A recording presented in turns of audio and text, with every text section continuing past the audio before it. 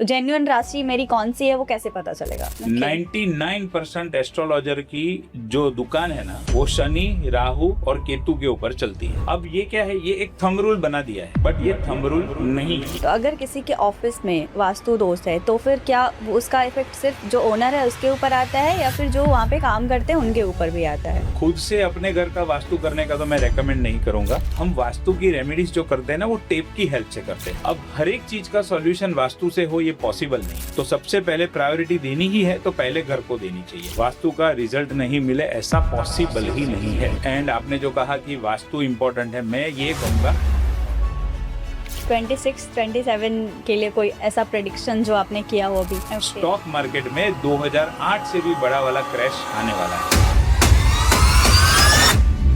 कि सिर्फ और सिर्फ न्यूमरोलॉजी के बेस के ऊपर शेयर मार्केट का कोई भी डिसीजन ना ले, बहुत बुरे फंसेंगे। नमस्कार, आज हम बात करने वाले हैं उस मार्गदर्शक की जिन्हें हम एस्ट्रोलॉजर के नाम से जानते हैं, जिनके भरोसे पे लोग अपनी लाइफ की सबसे इम्पॉर्टेंट डिसीजंस लेते हैं। और इन्हीं चीज़ों को क्लेरिफाई करने के लिए आज हमारे साथ हैं gold medalist, well known astrologer, numerologist, vastu consultant doctor Shreyas Shah. मैं हूं निधि और आप देख रहे हैं अटेंशन इंडिया पॉडकास्ट। नमस्ते सर, बहुत बहुत स्वागत है आपका अटेंशन इंडिया पॉडकास्ट में। Thank you. आप इतने बड़े वास्तु एक्सपर्ट हैं, तो हम वास्तु से शुरू करते हैं पहले। ओके। कि वास्तु में अभी 80% लोग हैं जो कि रेमेडी कर रहे हैं, कुछ ना कुछ हर कोई कर ही रहा है, मतलब कुछ ना कुछ तो कर रहे हैं। तो कोई छोटा कर रहा है, कोई बड़ा कर रहा है, बट उसमें ऐसा है क्या कि 100% ही रिजल्ट मिलने वाला है, या फिर कुछ ऐसे रेमेडी करने के बाद भी रिजल्ट्स नहीं आते, कुछ फेल होता है, ऐसा कुछ? ओके, यहाँ पर आपने दो क्वेश्चन पूछे हैं। एक ऐसा कि कोई कुछ ना कुछ कर रहा है, बिल्कुल। तो देखो, कुछ ना कुछ करने से तो रिजल्ट आने वाला नहीं है। अगर कोई डॉक्टर हमें हार्ट सर्जरी कहता है या नी पेन हुआ है, उसकी सर्जरी रेकमेंड करता है, तो सर्जरी का पूरा प्रोसेस होता है, वो फॉलो करना ही पड़ता है। उसमें फिर अपनी मर्जी नहीं चलती है कि नहीं थोड़ा सा काट लो ना डॉक्टर साहब इधर से, बस बाकी का हो जाएगा, ऐसा नहीं चलता है। अगर वो आपको ठीक होना है तो उसकी जो सर्जरी का प्रोसेस है वो फॉलो करना ही पड़ेगा। तो जो कुछ ना कुछ करने वाले हैं उनको तो रिजल्ट कभी मिलने वाला है नहीं। अब बात आती है कि जो लोग प्रॉपर प्रोसेस फॉलो करके करते हैं वास्तु की रेमेडीज, उनमें मैक्सिमम लोगों को रिजल्ट मिल जाता है। लेकिन फिर भी, फिर से एक बोल रहा हूँ, लेकिन फिर भी कुछ केसेस ऐसे हो सकते हैं, डेफिनेटली हो सकते हैं, जहां पर उनको रिजल्ट नहीं मिलेगा। अब रिजल्ट क्यों नहीं मिलेगा, उसके मेन 4 या 5 रीजन है। क्या क्या रीजन है? ओके, सबसे पहला जो उसका रीजन है वो है राइट डायग्नोस। जब हम डॉक्टर के पास जाते हैं तो डॉक्टर डायरेक्ट दवाई लिख के देता है? नहीं, वो पहले पूछेंगे हमसे क्या खाया था, कितने बजे खाया था, कितने दिन पहले खाया था। उनका जो भी फैक्ट फाइंडिंग होगा, जो हम बताएंगे, स्टमक में प्रॉब्लम है, हेडेक है, वो हम पूछेंगे उनको, मतलब उनको बताएंगे। फिर उसके हिसाब से वो जजमेंट लेंगे कि ये सिम्टम्स है, तो ये दवाई दे सकते हैं, या फिर ये प्रॉब्लम है सबसे पहले तो उसको बोलते हैं राइट डायग्नोस। तो उसी तरीके से हमारे वास्तु के अंदर भी राइट डायग्नोस करना बहुत जरूरी है। कुछ वास्तु कंसल्टेंट है जो बिना लेआउट के वास्तु करने चले जाते हैं क्लाइंट के घर पे। तो ये सबसे पहला रीजन है, विदाउट लेआउट वास्तु करना, जिससे वास्तु की रेमेडीज का तो छोड़ो, सिंपल कंसल्टेशन का भी रिजल्ट नहीं मिलेगा। क्योंकि जब तक एग्जैक्ट डिग्री पता नहीं है, प्रिसाइज नॉर्थ का मार्किंग नहीं किया है, तब तक आपका जो लेआउट के ऊपर डायरेक्शन होगा वो सारे गलत होंगे। अब एक एग्जाम्पल से आपको बताता हूँ। वास्तु में 2 जोन है, एक है साउथ वेस्ट, एक है साउथ साउथ वेस्ट। ये साउथ वेस्ट है, ये साउथ साउथ वेस्ट है, दोनों एकदम बाजू बाजू में, मतलब इतना भी गैप नहीं है। एक खत्म हुआ, उसको लग के ही दूसरा जोन है। अब अगर वो वास्तु, एक तो जो लेआउट के बिना कर रहा है वो तो पता ही नहीं लगा पाएगा कि जो वॉशरूम है या जो टॉयलेट है वो साउथ वेस्ट में है कि साउथ साउथ वेस्ट में है। ऐसा देखने से तो ऐसा ही लगता है कि साउथ वेस्ट की तरफ है या साउथ वेस्ट में है, ऐसा एज्यूम करते हैं। बट अगर वो लेआउट के ऊपर है तो आप प्रिसाइसली पता लगा सकते हो। तो जिसके पास लेआउट नहीं है वो तो अंदाजा लगाएगा तो रिजल्ट नहीं मिलने वाला है। अब जिसने नॉर्थ का मार्किंग करने में मिस्टेक की है, जो कंसल्टेंट ने एक्यूरेट नॉर्थ नहीं लिया है, वो क्या होगा, हो सकता है कि जो वॉशरूम है वो साउथ साउथ वेस्ट में हो, लेकिन अगर वो नॉर्थ का मार्किंग करने में गलती की है तो वो साउथ वेस्ट में भी दिख सकता है। साउथ वेस्ट में दिखेगा तो प्रॉब्लम अलग होंगे, साउथ साउथ वेस्ट में दिखेगा तो प्रॉब्लम अलग होंगे।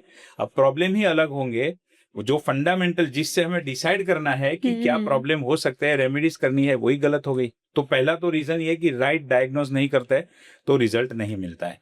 दूसरा इसका सबसे बड़ा रीजन ये है, जब भी हम डॉक्टर के पास दवाई लेते हैं तो डॉक्टर हमें जो 4-5 टैबलेट देते हैं, लाल, काली, पीली, सफेद, जो भी उनको देनी है, उसमें मान लो मैं ये कहता हूँ डॉक्टर को कि मुझे बॉडी में इन्फेक्शन है, फूड पॉइजन हुआ है, डॉक्टर ने ये पता लगा लिया। अब डॉक्टर जब दवाई देते हैं तो वो उसके अंदर एक टैबलेट रखते हैं जो होती है एंटीबायोटिक। इसका मतलब क्या हुआ, मेरी बॉडी में जो इन्फेक्शन है, सबसे पहले डॉक्टर वो इन्फेक्शन को किल करके इन्फेक्शन को खत्म करते हैं, तब जाके इम्यूनिटी की फिर वो दवाई देते हैं। ऐसा कभी नहीं होता कि इन्फेक्शन को ऐसे ही रहने दो और इम्यूनिटी बढ़ाते चलो, तो वो बढ़ने वाली है ही नहीं, वो रिजल्ट मिलने वाला है नहीं। सेम उसी तरीके से वास्तु में भी जब वास्तु की कोई रेमेडीज करते हैं, उस समय पे वहां पर जो वास्तु दोष है, एग्जिस्टिंग वास्तु दोष, उसको निकाला नहीं, उसको ठीक नहीं किया और यंत्र लगा दिए, घोड़ा लगा दिया, हाथी रख दिया, तो वैसी रेमेडीज का कोई रिजल्ट मिलता नहीं है। जैसे फॉर एग्जांपल साउथ वेस्ट में अगर टॉयलेट है तो वो टॉयलेट की ट्रीटमेंट करना सबसे पहला जरूरी है। साउथ वेस्ट के अंदर मान लो किसी ने ब्लू कलर कर दिया है, अब मैं साउथ वेस्ट में माउंटेन की फ्रेम रख रहा हूँ, वहां पर यंत्र रख रहा हूँ, वहां पर जो भी और कुछ चीजें रखनी है ऊपर से वो रख रहा हूँ, लेकिन वहां पर जो ब्लू कलर किया हुआ है वो कलर को मैं रिमूव नहीं करता हूँ, क्योंकि साउथ वेस्ट में ब्लू कलर का आना मेजर वास्तु दोष है। सेम उसी तरीके से अगर नॉर्थ की मैं बात करूं तो नॉर्थ में किसी ने नॉर्थ की वॉल के ऊपर येलो कलर कर दिया है या रेड कलर कर दिया है, जो नॉर्थ का जो डायरेक्शन है वो कुबेर देव का डायरेक्शन है, पैसों से जुड़ा हुआ है। जब तक मैं वहां से येलो कलर या रेड कलर, क्योंकि ये yellow colour and red colour उसके एंटी कलर है, एंटी मतलब दुश्मन, कट्टर शत्रु, तो दुश्मन तो नहीं चलेगा कहीं पर भी, दुश्मन तो खत्म ही करेगा, जो जोन में जाएगा उसको खत्म करेगा। तो उसी तरीके से येलो और रेड कलर में वहां से रिमूव नहीं करता हूं तब तक मुझे वो रिजल्ट मिलने वाला नहीं है। फिर चाहे मैं वहां पर कोई फ्रेम लगा दूं, कोई यंत्र लगा दूं, कुछ भी लगा दूं, वो दोष एग्जिस्टिंग है, बॉडी में इन्फेक्शन है, तो इम्यूनिटी की दवाई काम करेगी नहीं। ये दूसरा पॉइंट। तीसरा पॉइंट, जब तक क्लाइंट की कुंडली के ऊपर आप डिटेल में स्टडी नहीं करते हो तब तक आप वास्तु की रेमेडीज ना करो, वो ज्यादा बेटर है। क्योंकि कुंडली में कुछ कुछ दशा अंतरदशा ऐसी होती है जहां पर आपको वास्तु की रेमेडीज नहीं करनी चाहिए। इसका भी एक एग्जांपल दूंगा। अगर किसी व्यक्ति की कुंडली में राहु की दशा या अंतरदशा चल रही है और वो टाइम पे वो व्यक्ति अगर टॉयलेट सीट की रेमेडी करता है, टॉयलेट को शिफ्ट करता है, तो पॉजिटिव होने के बदले बहुत ज्यादा नेगेटिव होगा। तो हमेशा रेमेडीज करने से पहले जो भी क्लाइंट की हम वास्तु की रेमेडीज कर रहे हैं उनकी कुंडली देखना बहुत जरूरी है, और यही कॉन्सेप्ट को बोलते हैं एस्ट्रो वास्तु। कुछ लोग होते हैं सिर्फ वास्तु कंसल्टेंट होते हैं, उनको एस्ट्रोलॉजी पता ही नहीं है, उनको एस्ट्रोलॉजी से लेना देना नहीं है। अब पता नहीं है तो क्या करेंगे मालूम है, आप कोई भी प्रॉब्लम उनको बोलोगे ना तो उनका सॉल्यूशन वो वास्तु में ही ढूंढते रहेंगे। अब हर एक चीज का सॉल्यूशन वास्तु से हो ये पॉसिबल नहीं है। क्यों पॉसिबल नहीं है मैं आपको वो भी बताता हूँ। मैंने 4 अलग अलग जगह से वास्तु सीखा है जब मैं सीख रहा था तब। एक जगह पे जहां पर मैंने वास्तु सीखा था वो बहुत अच्छे लेवल पे है, वो टीचर जो मेरे है, अब वो खाली वास्तु का काम करते हैं। अब उनके घर का वास्तु, जो एक अच्छे लेवल के ऊपर वास्तु कंसल्टेंट है जो दूसरों को सिखा रहे, अब आपको क्या लगता है उनके घर का तो वास्तु परफेक्ट ही होगा? हाँ बिल्कुल बराबर है। अब वास्तु का जो जोन है वो है नॉर्थ नॉर्थ ईस्ट का जोन, तो उनके घर का वास्तु तो एकदम परफेक्ट ही होगा। लेकिन फिर भी जो मेरे टीचर थे उनको 3 महीने का हॉस्पिटलाइजेशन हुआ, और वो भी बहुत सीवियर वाला हॉस्पिटलाइजेशन। अब सारे सॉल्यूशन अगर वास्तु से ही निकलने होते, नॉर्थ नॉर्थ ईस्ट का जोन ठीक है, बैलेंस है, अच्छे से किया है, अब खुद वास्तु कंसल्टेंट है, दूसरों को सिखाते हैं, तो उनके घर के वास्तु में तो डाउट करने जैसा कुछ है ही नहीं है। हाँ। लेकिन फिर भी उनको क्यों हॉस्पिटल में जाना पड़ा? यहाँ पर रोल आता है हमारी दशाओं का। आप एक बिल्डिंग में रहते हो, एक फ्लोर के ऊपर रहते हो, मान लो आप 4th फ्लोर के ऊपर रहते हो, आपके नीचे 3 फ्लोर है, आपके घर के ऊपर दूसरे 4-5 फ्लोर है। अब वो लाइन में जो लोग रहते हैं सबका किचन, एंट्रेंस, विंडोज, वॉशरूम सब तो एक ही लाइन में होगा, सेम होगा बिल्कुल बराबर। लेकिन फिर भी सबके जीवन में रिजल्ट अलग अलग मिलते हैं, क्योंकि सबकी बर्थ डेट अलग है, सबकी कुंडली अलग है। तो जब तक ये सारी चीजों को कंबाइन नहीं करते हो ना, तब तक वो रिजल्ट मिलने वाला नहीं है। इसके लिए थर्ड कंक्लूजन ये आया हमारा कि वास्तु करते समय सामने वाले व्यक्ति की कुंडली देख लेना बहुत जरूरी है। कुंडली में कुछ नेगेटिव दशाएं चल रही है, मैं तो ये करता हूं, अगर ऐसी कोई दशा चल रही है तो मैं क्लाइंट को बता देता हूं, आप एक काम करो, ये रेमेडीज अभी मत करवाओ, 3 महीना 6 महीना रुक जाओ, जब टाइम पीरियड पॉजिटिव होगा तब करेंगे। या फिर कई बार ऐसा होता है कि क्लाइंट बोलते हैं नहीं मुझे करनी तो है ही, तो इन दैट केस में उनको गाइड कर सकता हूं कि आप ये अभी करो, लेकिन इसका रिजल्ट आपको 3 या 6 महीने के बाद में मिलना शुरू होगा। शुरू में थोड़ा थोड़ा मिलेगा, आगे चल के बहुत अच्छा रिजल्ट मिलेगा। जब तक वास्तु एंड एस्ट्रोलॉजी कंबाइन नहीं होती है, अच्छा रिजल्ट मिलना पॉसिबल नहीं है। चौथा एंड लास्ट, वास्तु की रेमेडीज करने का मुहूर्त होता है। अब जो जिसको सिर्फ वास्तु का नॉलेज है, एस्ट्रोलॉजी का नॉलेज नहीं है, वो तो मुहूर्त निकालेगा नहीं, वो अपने टाइम पे जाके रेमेडीज कर देगा। लेकिन जब राहु काल का समय होता है, जब नेगेटिव होरा चल रही होती है, जब नेगेटिव चौघड़िया चल रहा होता है, उस टाइम पे वास्तु की रेमेडीज कभी भी नहीं करनी चाहिए। साथ ही साथ में क्लाइंट के लिए जो दिन फेवरेबल है, उस दिन पे अगर वास्तु की रेमेडीज करते हो तो और अच्छा रिजल्ट मिलता है। तो शुभ मुहूर्त में, और वो भी ऐसा शुभ मुहूर्त नहीं जो पंचांग में दिया है जनरल, वो क्लाइंट के लिए क्या बेनिफिशियल है, वो मुहूर्त देख के उसके अकॉर्डिंग अगर रेमेडीज करते हैं तो बहुत अच्छा रिजल्ट मिलता है। अब जैसे मुझे ठीक होना है तो डॉक्टर जितना रिस्पॉन्सिबल है, मैं भी उतना ही रिस्पॉन्सिबल हूँ। डॉक्टर ने जो दवाई दी है वो लेनी है, उस समय पे लेनी है, उस तरीके से लेनी है, साथ में कोई चीज खानी है, कोई चीज नहीं खानी है, सब फॉलो करना पड़ेगा। उसी तरीके से वास्तु कंसल्टेंट जितने रिस्पॉन्सिबल है, सामने क्लाइंट भी उतने ही रिस्पॉन्सिबल है। साथ साथ में जो भी स्पिरिचुअल एक्टिविटीज कही है, जो चीजों को अवॉइड करने के लिए कहा है लाइफ में कि ये चीज आपको नहीं करनी है, वो सारी चीजें अगर प्रॉपर फॉलो होगी तो मैं आपको लिख के दे सकता हूँ, गारंटी से बोल सकता हूँ, वास्तु का रिजल्ट नहीं मिले ऐसा पॉसिबल ही नहीं है। लेकिन इतनी चीजों का ध्यान रख के करेंगे तो सबसे बेस्ट रिजल्ट आएगा। थोड़ा आंसर लंबा हो गया, लेकिन ये पहला सवाल ही आपने ऐसा पूछा कि इसका पूरा अच्छा डिटेल में एक्सप्लेनेशन करना जरूरी था। बहुत बहुत जरूरी था ये। और अभी वास्तु से ही जब शुरू किया है हमने, तो अभी मेन एंट्रेंस से स्टार्ट करेंगे। कि एंट्रेंस पे बहुत सारे लोग कुछ अगर उनके घर में कोई इशू होता है तो अभी आजकल बोलते हैं लोग, ऐसे एस्ट्रोलॉजिस्ट बोलते हैं कि मेन डोर पे येलो टेप लगा दो, या फिर बहुत सारे लोग अभी 90% लोगों के घर के बाहर आप देखेंगे पंचरूपी हनुमान जी की फोटो होगी या गणपति जी की फोटो होगी, जो कि एकदम डोर के ऊपर लगा के रखते हैं। तो उसका क्या प्रभाव होता है लोगों के जीवन में? देखिए, वास्तु में भगवान का जो स्थान है ना, वो सबसे पहला तो घर के अंदर बताया गया है, घर के बाहर नहीं। आप मुझे एक बात बताइए, घर के बाहर या मेन गेट के बाहर हम किसको बिठाते हैं? दरवान को। सिंपल, आपने अच्छा वर्ड यूज किया दरवान, बाकी इन कॉमन लैंग्वेज में कहूँ तो वॉचमैन को, बराबर है, वॉचमैन को बिठाते हैं। अब इसका मतलब क्या हो गया? जिन लोगों ने अपने घर के बाहर भगवान की फोटो या मूर्ति इस तरीके से लगा दी है, आपने भगवान को वॉचमैन बना दिया। इधर बैठे रहो, ध्यान रखो, हम अंदर घर में मजा करेंगे, हम खा पी के जलसा करेंगे। ये तो ये वाली बात हो गई। तो ऐसा बिल्कुल भी नहीं चलता है, नहीं करना चाहिए। वास्तु में भगवान का जो स्थान है वो घर के अंदर है, सबसे पहला। और दूसरी बात, घर के अंदर भी नॉर्थ ईस्ट जोन में घर का मंदिर होना बहुत जरूरी है। भगवान की फोटो, भगवान की मूर्ति को नॉर्थ ईस्ट में रखिए, मंदिर वहां पर रखिए और वहां पर उसमें फोटो रखिए। अगर नॉर्थ ईस्ट कोई भी रीजन से पॉसिबल नहीं है उसमें रखना मंदिर को, तो नॉर्थ ईस्ट में भी रख सकते हो या फिर ईस्ट नॉर्थ ईस्ट में भी रख सकते हो। लेकिन भगवान की मूर्ति या फोटो घर के बाहर इस तरीके से आपने जैसे बताया वैसे रखना, वो सबसे बड़ा वास्तु दोष है। तो वैसा बिल्कुल भी नहीं करना चाहिए। और बहुत बार ऐसा होता है कि घर के बाहर ही, मेन डोर के बाहर, वहां पर शू रैक रखा हुआ है, डस्टबिन रखी हुई है, तो ये सारी नेगेटिव चीजों में आपने भगवान को बिठा दिया। वैसे ये सब भी रखना नहीं चाहिए मेन डोर के बाहर। नहीं, ये सारी चीजें जो डस्टबिन है और शू रैक है, वो तो जितना घर के बाहर जाए उतना अच्छा है। बट मेन डोर पे, एंट्रेंस पे, साइड पे रख सकते हैं ना, कोई भी दिक्कत नहीं है। घर के बाहर है तो कोई दिक्कत नहीं है, बीच में तो कोई रखेगा नहीं, साइड पे ही होगा।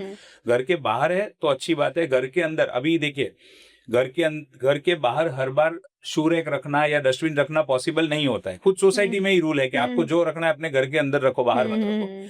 तो उस इन दैट केस घर के अंदर पर्टिकुलर जोन डिसाइडेड है कि ये जोन में डस्टबिन रख सकते हो, ये जोन में शू रैक रख सकते हो, तो वहां पे रखो। तो मतलब प्रॉब्लम नहीं है। कहीं भी फैला के मत रखो, और गंदे शूज मत रखो, ऐसा डेफिनेटली। और जिन जिन लोगों ने घर के बाहर रखा है और ऊपर डस्टबिन या शू रैक और ऊपर भगवान को बिठा दिया है, यकीन मानिए बहुत बड़ा वास्तु दोष है। बिल्कुल ऐसा भी नहीं करना चाहिए। ओके अभी जैसे कि मुंबई जैसे सिटी में बहुत छोटे छोटे घर होते हैं, अभी मतलब घर रेंट पे मिलना ही मुश्किल है अभी तो लेकिन फिर भी लोग उसमें भी कैसे वास्तु के अकॉर्डिंग घर ढूंढेंगे कि अभी नहीं मिलते, उस अपने हिसाब से नहीं मिल सकता, और ना ही उतना जो रेंट पे घर ले रहा है वो ऐसे वास्तु देखने के लिए किसी को अफोर्ड भी नहीं कर पाते कि हम अपना एक रेंट का घर ले रहे हैं, उसमें हम वास्तु दिखवाए और सब उसके अकॉर्डिंग करें। तो उसका जो अगर वास्तु दोष है उस घर में, तो उसका प्रभाव जो रेंटर है उसके ऊपर भी पड़ता है या फिर जिसका घर है उसके ऊपर ही वो प्रभाव रहता है? ओके, बहुत अच्छा सवाल पूछा है आपने, लेकिन इसके जवाब में मैं आपको एक सवाल पूछता हूँ। आपने ग्रेविटी फोर्स सुना है? ग्रेविटेशनल फोर्स क्या होता है? वो अपने तरफ आकर्षित करता है चीजों को। गुरुत्वाकर्षण बल जिसको बोलते हैं शुद्ध हिंदी में, एंड इंग्लिश में ग्रेविटेशनल फोर्स। ग्रेविटेशनल फोर्स क्या काम करता है? अर्थ के अंदर वो ग्रेविटेशनल फोर्स है जिसकी वजह से वो व्यक्ति हो या वस्तु हो पकड़ के रखता है, जिसकी वजह से हम गिरते नहीं है, हम स्मूथली फंक्शन कर सकते हैं, अपनी तरफ खींच के रखता है। राइट, उसने होल्ड करके रखा है। अब आप एक बात मुझे बताइए, आप अपने घर में हो तो ग्रेविटेशनल फोर्स लगता है, और आप रेंटल वाले किसी घर में हो या आपके फ्रेंड के घर पे चले गए, वहां पर ग्रेविटेशनल फोर्स नहीं लगता है, ऐसा होता है? नहीं, ग्रेविटेशनल फोर्स तो दोनों जगह पे लगेगा। बिल्कुल। मुंबई में लगता है और अहमदाबाद में नहीं लगता है, ऐसा होता है? नहीं लगता है, दोनों जगह पे लगेगा। हर जगह लगेगा, हर जगह पे लगेगा। एक और आखिरी सवाल पूछ लेता हूँ, इंडिया में लगेगा, यूएस में नहीं लगेगा, ऐसा होता है? नहीं। जहां जहां अर्थ है वहां पर ग्रेविटेशनल फोर्स लगना है। ये क्यों लगता है? क्योंकि ये प्रिंसिपल है, ग्रेविटेशनल फोर्स का प्रिंसिपल है, ये प्रिंसिपल काम करता है। उसको कोई लेना देना नहीं है कि आप कहां पर खड़े हो, अपने घर में खड़े हो, रेंट वाले घर में खड़े हो, आप मुंबई में खड़े हो, दिल्ली में खड़े हो या अमेरिका में खड़े हो, वो फोर्स है, वो प्रिंसिपल है, वो अपना काम करता है। सेम उसी तरीके से वास्तु का ये जो फंडामेंटल प्रिंसिपल है, वो अपना घर हो या रेंटेड घर हो, मुंबई हो, अहमदाबाद हो, अमेरिका हो, यूके हो, लंदन हो, कहां पर भी हो, वो फोर्स, वो जो प्रिंसिपल है वास्तु का, वो अपना काम करेगा ही करेगा। अच्छा, कोई ऐसा बोलता है इसमें बिलीव नहीं करता हूं, किसमें? वास्तु में बिलीव नहीं करता हूं। ग्रेविटेशनल फोर्स में मैं बिलीव करूं या नहीं करूं, वो तो अपना काम करने ही वाला है। बिल्कुल। तो उसी तरीके से आप वास्तु में बिलीव करो या नहीं करो, वास्तु अपना काम करने ही वाला है। तो जो भी खुद के घर में रह रहे हैं उनको तो करना ही चाहिए। मैं एक चीज और कहूंगा, जो रेंटेड घर में रह रहे हैं उनको खास करना चाहिए। क्यों? क्योंकि हर एक के मन में एक इच्छा होती है कि भाई कभी ना कभी मेरा खुद का भी एक घर हो। अगर आपने रेंटेड घर जो है वो वास्तु पॉजिटिव लिया है, ऑस्पिशियस लिया है, तो यकीन मानिए 3-4 साल के अंदर, 5 साल के अंदर, अगर आपने भी प्रॉपर एफर्ट किया तो आप डेफिनेटली जब नेक्स्ट टाइम रिन्यू करोगे कॉन्ट्रैक्ट, तो अपने घर का कॉन्ट्रैक्ट रिन्यू करोगे। और वास्तु दोष वाले ही रेंटेड घर में रहते रहोगे तो जीवन भर वही चलता रहेगा, आप कभी खुद की प्रॉपर्टी नहीं ले पाओगे। तो चाहे रेंटेड हो चाहे खुद का घर हो, वास्तु इक्वली काम करता है और इक्वली उसकी पॉजिटिव या नेगेटिव इफेक्ट मिलती है। ओके, लेकिन अभी सब तो जितने भी फ्लैट्स है अभी मुंबई में, सारे तो ऐसे वास्तु ओरिएंटेड होंगे नहीं। बिल्कुल नहीं, बराबर। तो अभी जैसे कि कोई रेंट पे है तो वो तोड़ फोड़ नहीं कर सकता घर में, तो कोई ऐसे 2-3 चीजें बताइए जो इजी हो और जो खुद से इंसान अपने घर का वास्तु प्रॉपर कर सके। वैसा कुछ चीज। देखिए, खुद से अपने घर का वास्तु करने का तो मैं रेकमेंड नहीं करूंगा। आप कोई भी अच्छे वास्तु कंसल्टेंट को बुलवा के ही कीजिए, क्योंकि खुद की सर्जरी करने में बहुत बड़ा रिस्क है। आप उसमें नॉलेजेबल नहीं हो, उसमें एक्सपर्ट नहीं हो, डिग्री मालूम नहीं है, बहुत सारी चीजें टेक्निकली देखनी पड़ती है। कब? जब आपको 100% गारंटेड रिजल्ट चाहिए वास्तु से, तब। आपको ऊपर से रिजल्ट चाहिए, ठीक ठाक रिजल्ट चाहिए, तो अपने हिसाब से अपनी मर्जी से करते रहो।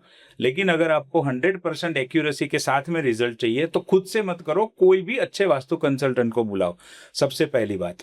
दूसरी बात, जब कोई रेंट के घर में होता है तो आपने सही कहा कि उनको तोड़फोड़ करना अलाउड नहीं होता है, या फिर उनको उतना खर्चा भी वो नहीं करना चाहते।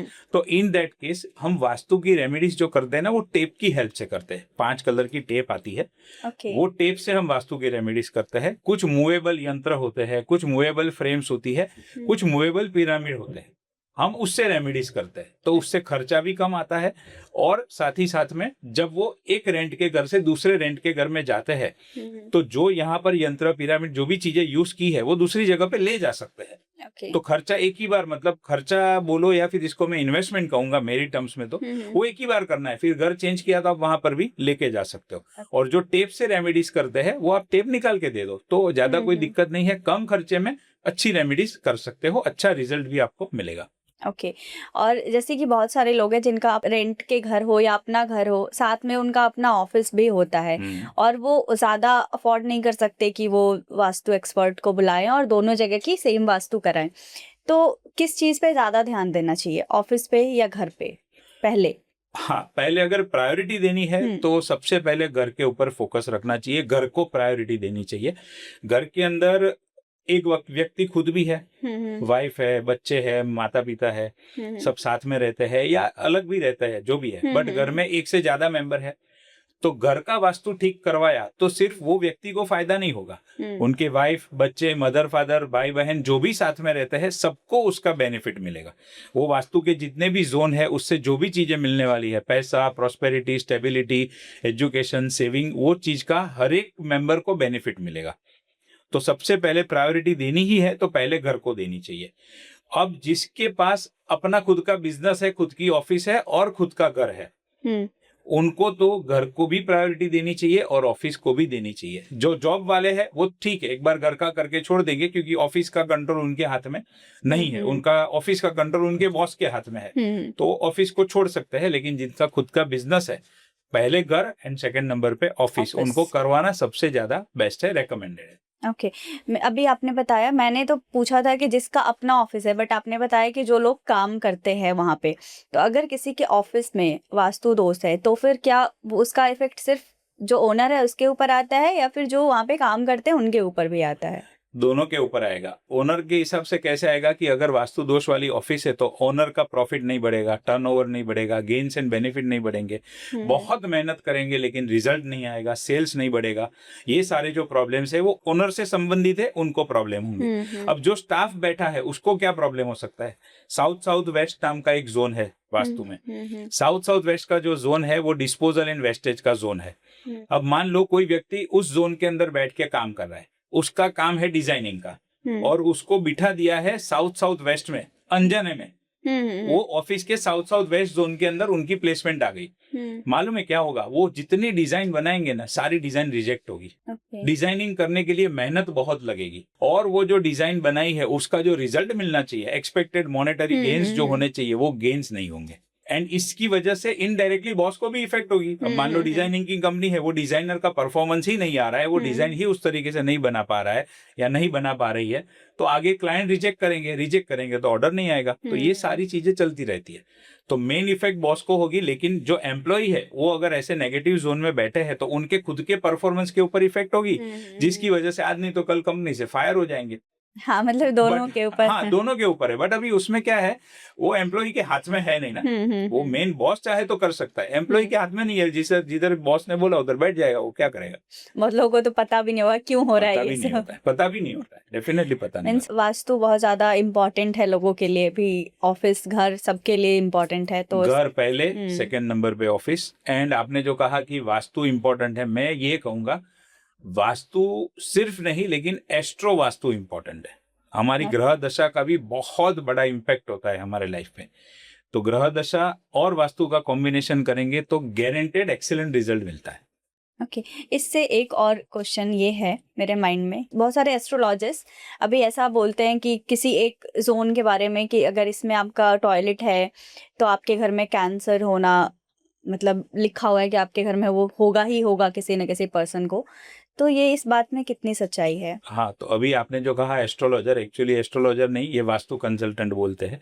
एस्ट्रोलॉजी का सब्जेक्ट अलग है, ये वास्तु कंसल्टेंट का है।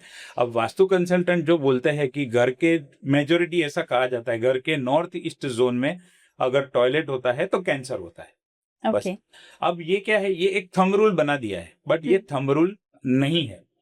हर घर में जहां पर नॉर्थ ईस्ट में टॉयलेट होता है, हर घर में कैंसर होता है, ऐसा नहीं है। ऐसा डेफिनेटली है कि जितने भी केस स्टडी हुए उसके अंदर ये देखा गया कि जब जब नॉर्थ ईस्ट के अंदर वॉशरूम या टॉयलेट होता है तो कोई ना कोई गंभीर बीमारी जरूर होती है। लेकिन हमेशा कैंसर ही होगा ऐसा नहीं है। और वो घर के अंदर 15 साल 20 साल तक घर में कोई व्यक्ति रहता है, अपना खुद का घर लिया है तो 15-20 साल तक रहेगा, या वो घर के अंदर घर के 4-5 मेंबर रहते हैं, तो सबको कैंसर होगा ऐसा भी नहीं है, और 10-15 साल होगा ऐसा भी नहीं है। ओके। होगा कब? जब वो घर के अंदर टॉयलेट होगा और उसमें से कोई व्यक्ति जो उस घर में रह रहा है उसकी कुंडली में वो कैंसर वाले योग होंगे और उसकी दशा चलेगी, तब जाके वो चीज तब हो जाएगा ऐसा, तब तक नहीं होगी। बट हाँ, डेफिनेटली नॉर्थ ईस्ट में टॉयलेट का होना एक मेजर वास्तु दोष गिना जाता है। वहां पर टॉयलेट नहीं होना चाहिए, अगर है तो उसको रिमूव कर दो सबसे पहले, तो पॉसिबल है तो यूज मत करो, लेकिन अब घर में एक ही वॉशरूम है तो क्या करेंगे, तो उसकी रेमेडीज करो ताकि एटलीस्ट जो बेनिफिट मिले वो मिल सके। बट हाँ, वो एक मेजर वास्तु दोष है।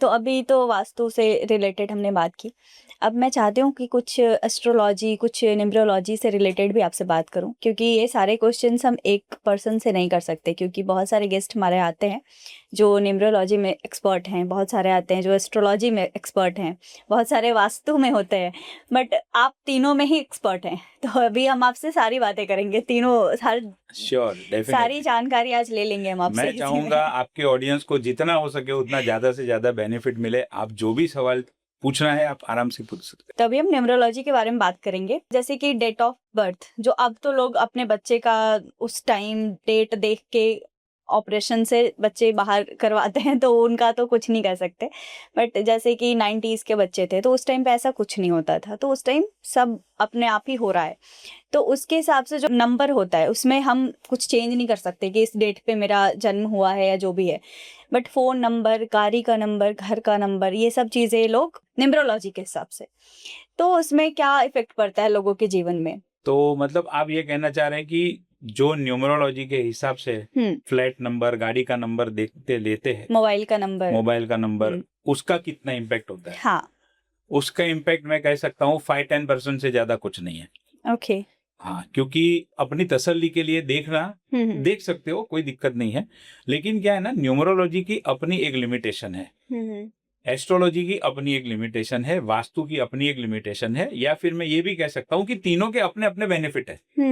बिल्कुल। अब नंबर के हिसाब से जो आपने कहा, कोई एक फ्लैट नंबर की अगर मैं बात करूँ, अब वो घर के अंदर रहने वाले तो 5 मेंबर होंगे, 5 की बर्थ डेट अलग अलग होंगी, तो अब किसके साथ में उसका नंबर मैच करोगे?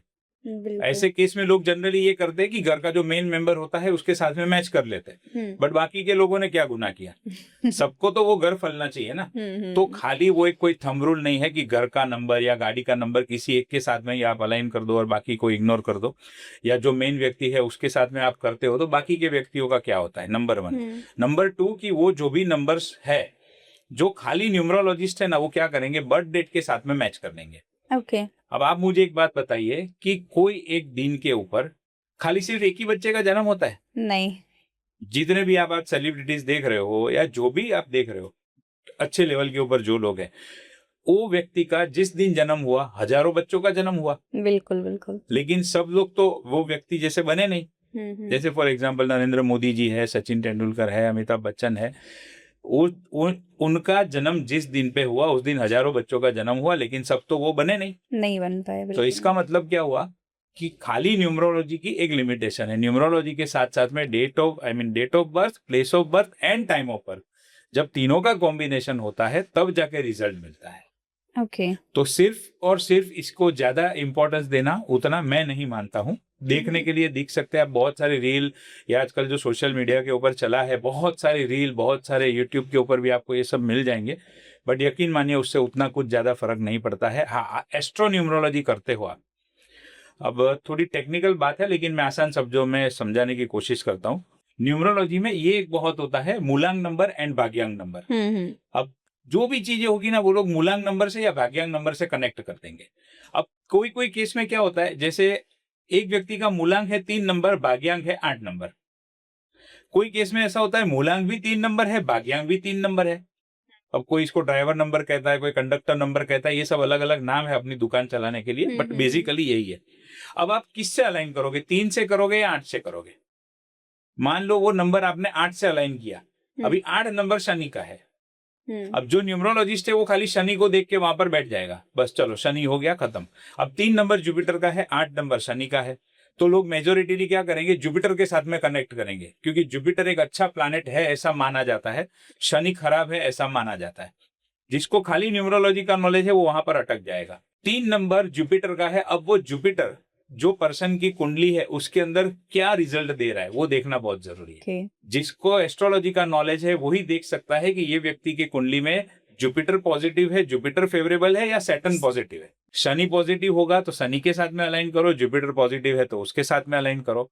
एक और बात, ऐसा जरूरी नहीं है कि कुंडली में शनि नहीं तो जुपिटर आपकी बर्थ डेट है तो दोनों में से कोई भी एक आपको पॉजिटिव होगा ही होगा, फेवरेबल होगा ही होगा, ऐसा बिल्कुल जरूरी नहीं है।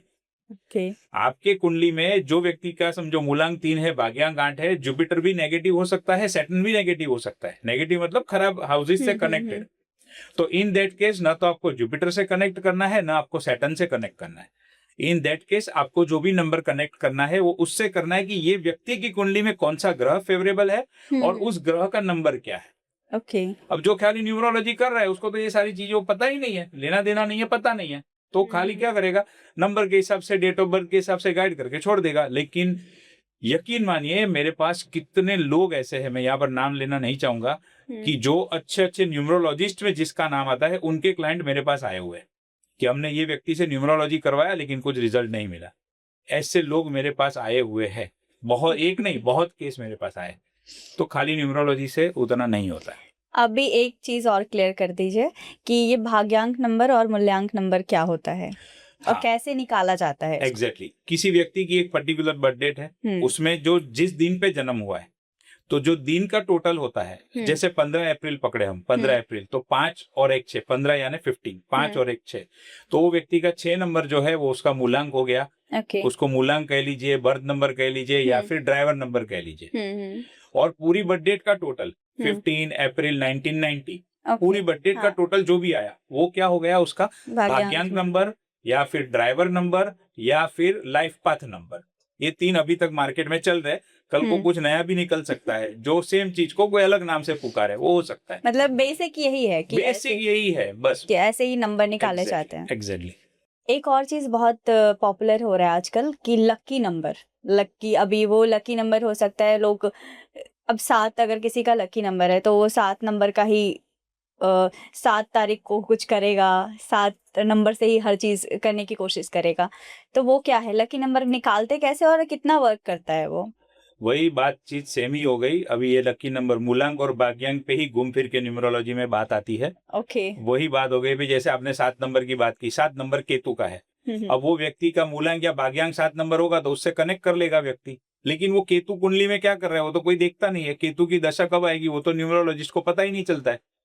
तो लकी नंबर ऐसा पर्टिकुलर कुछ नहीं होता है। मेरी कुंडली में कौन सा प्लैनेट फेवरेबल है उसका जो नंबर है उसको मैं डेफिनेटली यूज कर सकता हूं कि ये मेरा लकी नंबर है, लेकिन सिर्फ बर्थ डेट के आधार के ऊपर नहीं कर सकता, एस्ट्रो न्यूमरोलॉजी के आधार पे मैं कर सकता हूं। ओके। और ये अभी जो स्टॉक मार्केट में अगर कोई इन्वेस्ट कर रहा है तो उसमें न्यूमरोलॉजी का कितना रोल होता है? अगर कुछ कोई अपने न्यूमरोलॉजिस्ट से दिखा करके करे कि ये मेरा आज का दिन मेरा लकी है तो क्या मैं करूं, तो वो जो आपने बोला कि भाग्यांक और मूलांक वाले नंबर, तो उससे कनेक्ट करके लोग अपना लकी नंबर निकाल सकते हैं, ऐसा कुछ कर सकते हैं और उस दिन पे वो स्टॉक मार्केट में इन्वेस्ट करे तो उनका सब चल जाएगा? देखिए, सबसे पहला तो सिर्फ और सिर्फ न्यूमरोलॉजी को बेस बना के स्टॉक मार्केट में मैं डील करूं या नहीं करूं, ऐसा बिल्कुल भी नहीं करना चाहिए। ऐसा करने में बहुत बड़ा रिस्क है। आप जो बोल रहे हो बात सही है, मैंने देखी है कुछ रील्स ऐसी और कुछ न्यूमरोलॉजिस्ट जो इस तरीके से गाइड करते हैं कि आपकी बर्थ का ये नंबर है, ये मूलांक है, ये भाग्यांक है, तो आप शेयर मार्केट में डील कर सकते हो, ये कर सकते हो। तो शेयर मार्केट से जुड़ा हुआ कोई भी काम सिर्फ और सिर्फ न्यूमरोलॉजी के बेस के ऊपर बिल्कुल भी नहीं करना चाहिए। न्यूमरोलॉजी बहुत ऊपर ऊपर से है, एस्ट्रोलॉजी बहुत डिटेल में है। जिनको भी शेयर मार्केट में डील करना है उनको अपनी कुंडली के हिसाब से शेयर मार्केट में डील करना फेवरेबल है या नहीं है उसको देखना चाहिए। जिस दिन आप कोई ट्रेड करना चाहते हो उस दिन जो नक्षत्र है वो आपकी फेवरेबल वाला है कि नहीं वो देखना चाहिए। नक्षत्र के लिए आपको प्लैनेट का नॉलेज होना जरूरी है, कौन से दिन पे कौन सा नक्षत्र है और वो नक्षत्र आपकी कुंडली के हिसाब से फेवरेबल है कि नहीं वो देखना जरूरी है। ये सारी चीजें न्यूमरोलॉजी में आती ही नहीं है, उसका कोई पार्ट ही नहीं है। तो मेरी आपके दर्शकों से 2 हाथ जोड़ के नम्र विनंती है कि सिर्फ और सिर्फ न्यूमरोलॉजी के बेस के ऊपर शेयर मार्केट का कोई भी डिसीजन ना ले, बहुत बुरे फंसेंगे। अभी जैसे मुझे एस्ट्रोलॉजी के बारे में ज़्यादा कुछ नहीं पता, तो जो हमारे जैसे लोग हैं वो नॉर्मली 3-4 ग्रह को पॉजिटिव मानते हैं, 3-4 ग्रह को नेगेटिव मानते हैं, जैसे कि गुरु, शुक्र और इस तरीके के कुछ हैं जिसको पॉजिटिवली लेते हैं और शनि, राहु, केतु इनको नेगेटिव लेते हैं। तो ये इतने आसान तरीके से एस्ट्रोलॉजी को लेना क्या सही है किसी के लिए? आपने जैसे कहा कि आपको एस्ट्रोलॉजी का नॉलेज नहीं है, तो आप इसको इतना इस तरीके से नहीं ले रहे हो, लेकिन जो एस्ट्रोलॉजर्स है ना, वो इस बात को फैला रहे हैं। क्या फैला रहे?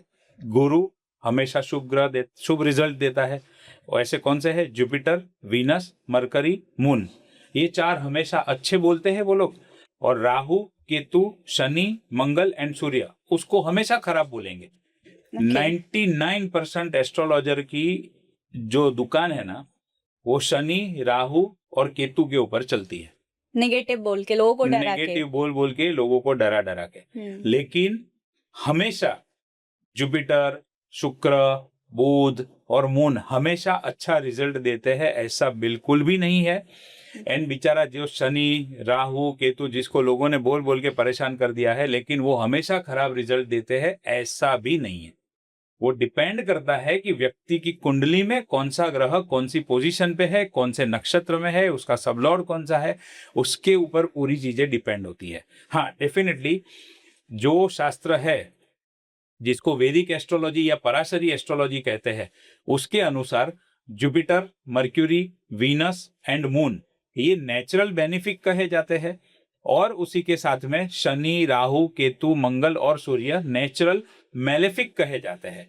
तो वो बात बराबर है एक लेवल तक कि नेचुरली पॉजिटिव है एंड नेचुरली नेगेटिव ग्रह है, लेकिन हमेशा ही वो खराब है, वो ऐसा नहीं है।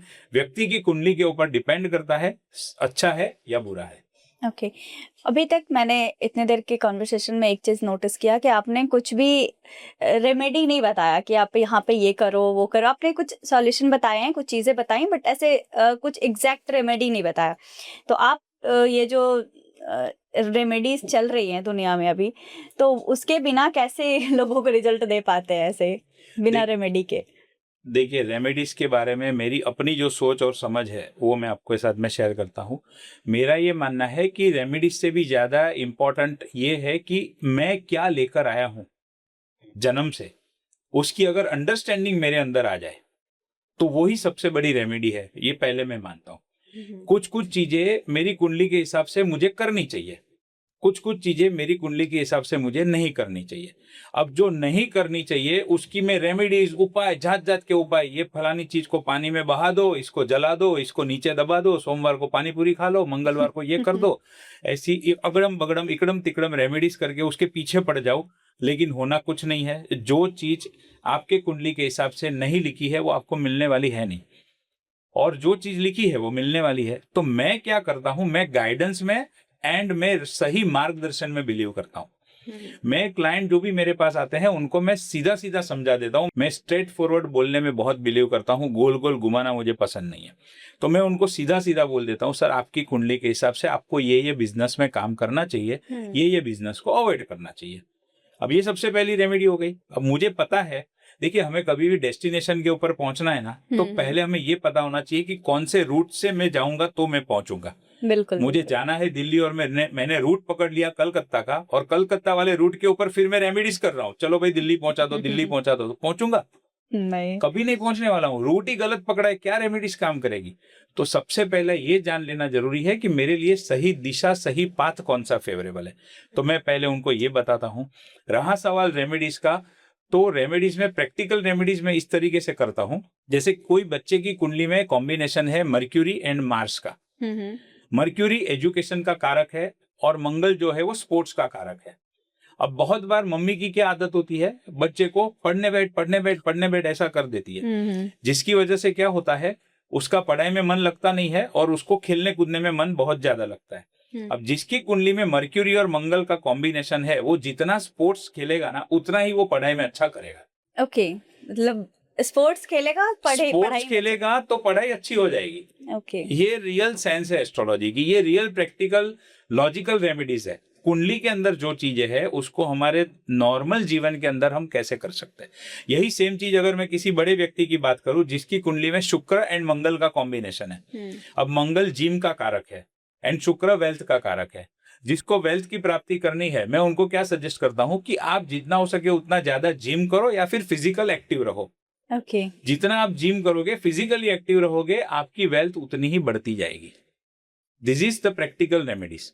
अब बहुत लोग शनि एंड राहु का भी एक कॉम्बिनेशन होता है कुछ लोगों की कुंडली में। शनि एंड राहु, उसको लोग क्या बोलते हैं, शापित दोष, ये दोष, वो दोष, ऐसा बोल बोल के डराते हैं। मैं सिंपल क्या करता हूं, शनि हमारा कर्म है एंड राहु है वो विदेश का कारक है। तो शनि यानी कर्म, मुझे जो भी काम करना है, राहु और शनि दोनों साथ में बैठे या उनका संबंध है, वो कुंडली में देखने का तरीका होता है। मानो ये दोनों का संबंध बन गया तो उसको कुछ नहीं करना है, उसको सिंपल ये चीज करनी है कि उसको विदेश में जाके अपना काम करना है। हो गई रेमेडीज। अभी कुछ जलाने की, बहाने की, कुछ करने की जरूरत नहीं है। और सेम उसी तरीके से जिसकी कुंडली में मान लो सैटर्न एंड केतु है, तो वो केतु वाला व्यक्ति जितना एस्ट्रोलॉजी में काम करेगा, लोक कल्याण के लिए जितना काम करेगा या फिर अपने जन्मस्थल के ऊपर रह के काम करेगा, उसको फलेगा। तो ये रेमेडी हो गई, उसको और कुछ करने की जरूरत ही नहीं है। इतनी सिंपल सी चीज है, लेकिन उसको ऐसा घुमा घुमा के लोग अपनी दुकान चलाने के लिए, एस्ट्रोलॉजर्स ही इतना उसको गोल घुमा के बोल रहे हैं कि लोग गलत रास्ते के ऊपर चले जाते हैं। ओके। और जैसे कि अभी लोग बोलते हैं कि हर चीज आप जब जन्म लेते हो तब से सब लिखा हुआ है कि आप क्या करोगे, कैसे करोगे। तो फिर जब ये चीजें, कुंडली वगैरह, आप भी तो ग्रह और ये सब चीज देख के ही बता पाते हैं, तो वो तो सब लिखा होगा कि इसके जीवन में ये ऐसा हो सकता है। तो फिर वो ऑटोमेटिक क्यों नहीं हो जाता, जो फिर हमें एस्ट्रोलॉजर के पास जाना पड़ता है और वो चीजें निकालनी पड़ती है कि हमारे यहाँ ये है, वो है, तो हमको क्या करना चाहिए। देखिए, आप एस्ट्रोलॉजर के पास जाते हो वो मार्गदर्शन लेने के लिए जाते हो। एस्ट्रोलॉजर के पास कोई जादू की छड़ी नहीं है कि आप गए, आपके ऊपर जादू की छड़ी घुमा दी और कल से आपका सब अच्छा हो जाएगा। ऐसा बिल्कुल भी नहीं होता है। एस्ट्रोलॉजर के पास जाने का मकसद क्या होना चाहिए, मेरे लिए कौन सी चीज सही है वो मुझे बताओ, कौन सी चीज सही नहीं है वो भी बताओ, ताकि वो जो चीज मेरे लिए सही है मैं उसके पीछे एफर्ट्स लगाऊं, उसके पीछे मैं मेहनत करूं, ना कि इसके पीछे की जो मेरे लिए है ही नहीं उसके पीछे मैं पीछे पड़ा रहूं। इसका मैं आपको एक एग्जांपल इस तरीके से दे सकता हूं। रिवर राफ्टिंग किया है कभी आपने? नहीं किया है।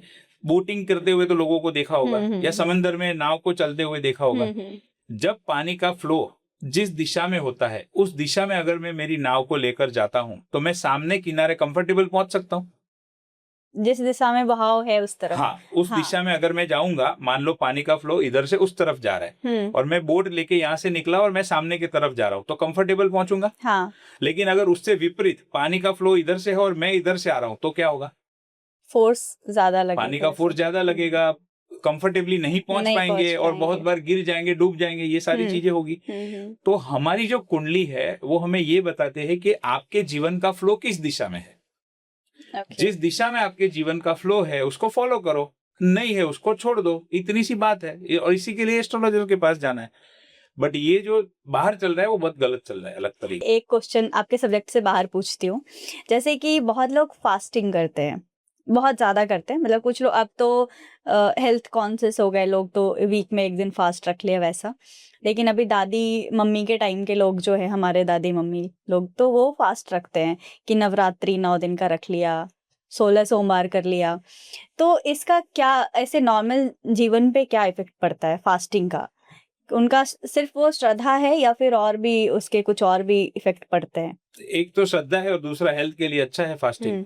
बाकी उसका खाली एस्ट्रोलॉजी से तो कोई लेना देना नहीं है कि मैंने ये कर दिया तो ये हो जाएगा, ये कर दिया तो ये हो जाएगा। बहुत बार ऐसा होता है कि 16 फास्टिंग, 16 मंगलवार, 16 बुधवार है, वो जो भी वार करते हैं वो करने के, सोमवार, हाँ जितने भी वार है, कोई देखो हिंदुस्तान में लोगों की कोई कमी नहीं है। 7 वार है तो हर एक वार करने वाले लोग भी है, ठीक है।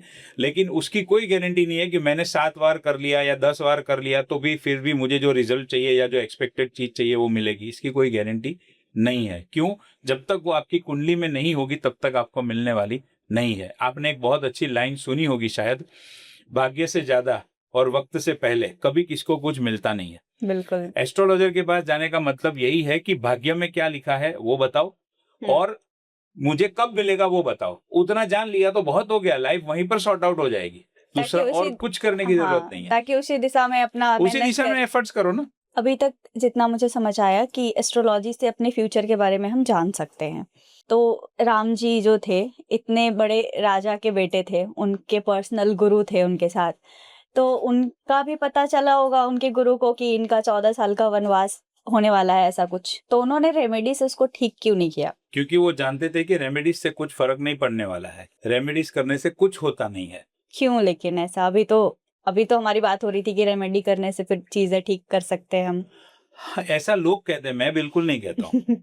रेमेडीज करने से चीजें ठीक हो सकती है ऐसा लोगों का कहना है, मैं बिल्कुल इस चीज में नहीं मानता हूँ। मैं प्रैक्टिकल सॉल्यूशन में मानता हूँ। जो मैंने आपको प्लैनेट्स के कॉम्बिनेशन बताए वो प्रैक्टिकल सॉल्यूशन, बिल्कुल ठीक है। बिल्कुल। अब ये जो आपने सवाल पूछा कि राम जी का जो था, तो उनको पता था कि इससे कुछ फर्क नहीं पड़ने वाला है। क्यों?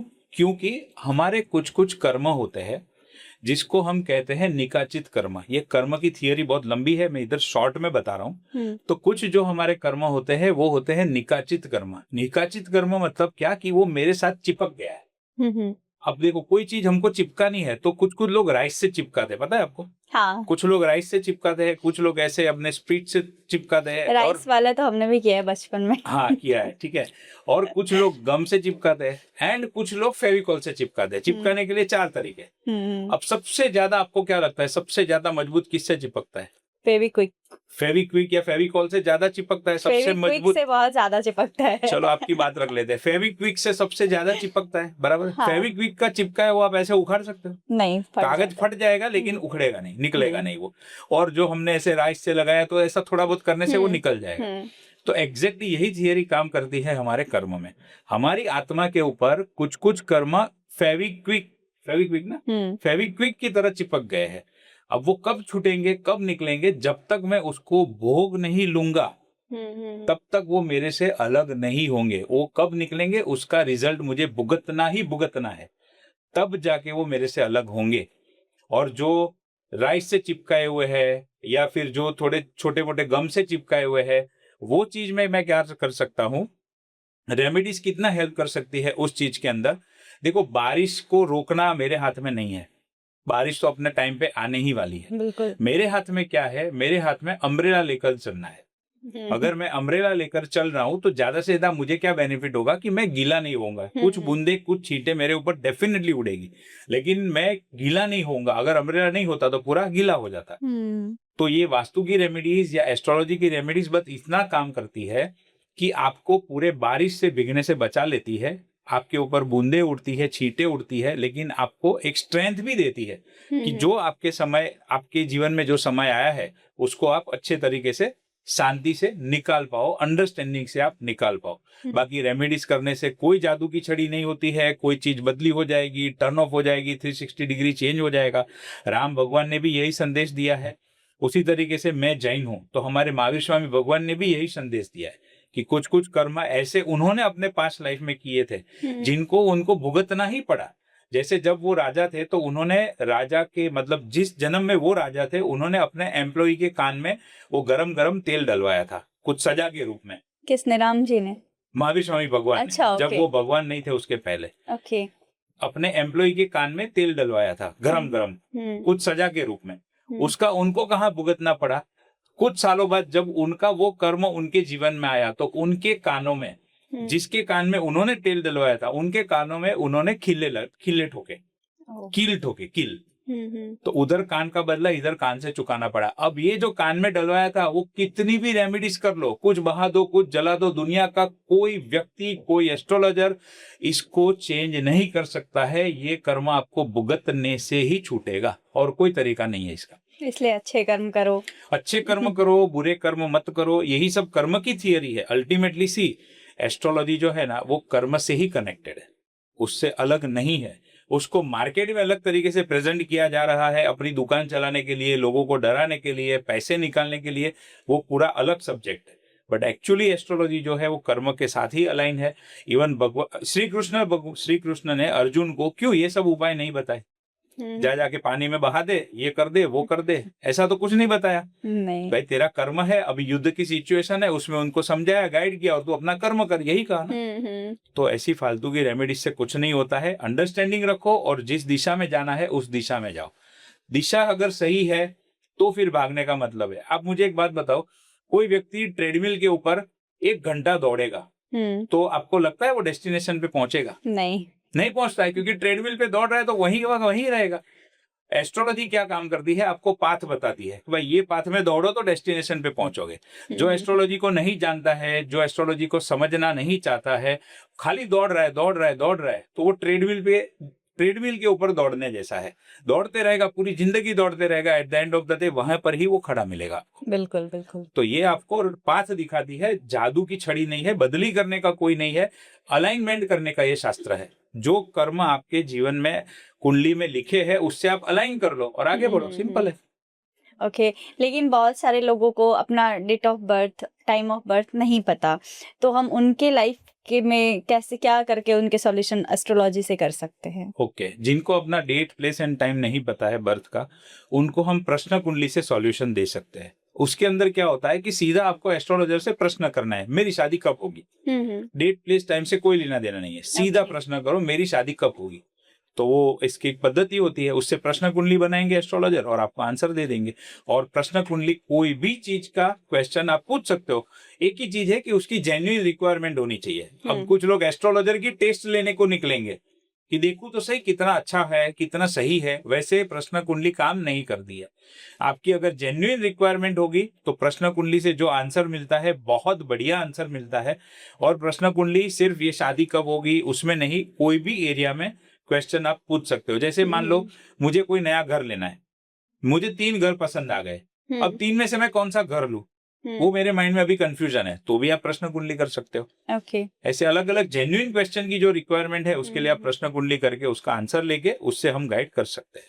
थोड़ा राशियों के बारे में बात करेंगे। जैसे कि 12 राशियां होती हैं, उसमें जितने भी लोग हैं, जैसे कि कोई मीन राशि का है, कोई वृश्चिक राशि है, कोई कुंभ राशि है, तो ये हम कैसे डिसाइड करते हैं? क्योंकि बहुत सारे लोग अपना नाम का फर्स्ट लेटर उठा के कि मेरा नाम निधि है तो मेरा N से 9 से शुरू होगा, फिर उसके हिसाब से कर लिया।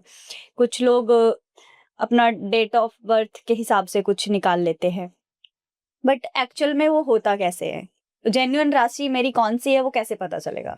राशि पता लगाने का एक तरीका है और वो सिस्टम ये है कि जो व्यक्ति का जन्म हुआ उस समय पे मून की पोजीशन कुंडली में क्या है वो देखा जाता है। अब जैसे मेरा नाम है श्रेष, तो मेरे जन्म के समय पे मेरी कुंडली में जो चंद्रमा की मून की पोजीशन थी वो कुंभ राशि के अंदर थी। और वो मून कुंभ राशि में था, इसका मतलब ये हुआ कि कुंभ राशि के जो भी अल्फाबेट है उसके ऊपर से मैं अपना नाम रखूंगा। मतलब मेरे मम्मी पापा या मेरे जो भी उस समय पे रिलेटिव है वो मेरा नाम उसके ऊपर से रखेंगे। अभी जैसे आपका नाम निधि है, तो आपकी कुंडली में आपके जन्म के समय पे आपके चंद्रमा की पोजीशन वृश्चिक राशि में होगी। वृश्चिक राशि का जो अल्फाबेट है वो न एंड य है। अगर मून वृश्चिक राशि में है और आपका नाम निधि है तो राशि के अकॉर्डिंगली आपका नाम परफेक्ट है। लेकिन बहुत बार ऐसा भी होता है, जाने अनजाने में, किसको पता नहीं है, कुछ नहीं है, या वो टाइम पे मान लो बिलीव नहीं करते थे, देखते नहीं थे, अपने घर में बिलीव नहीं करते थे, जो भी रीजन है।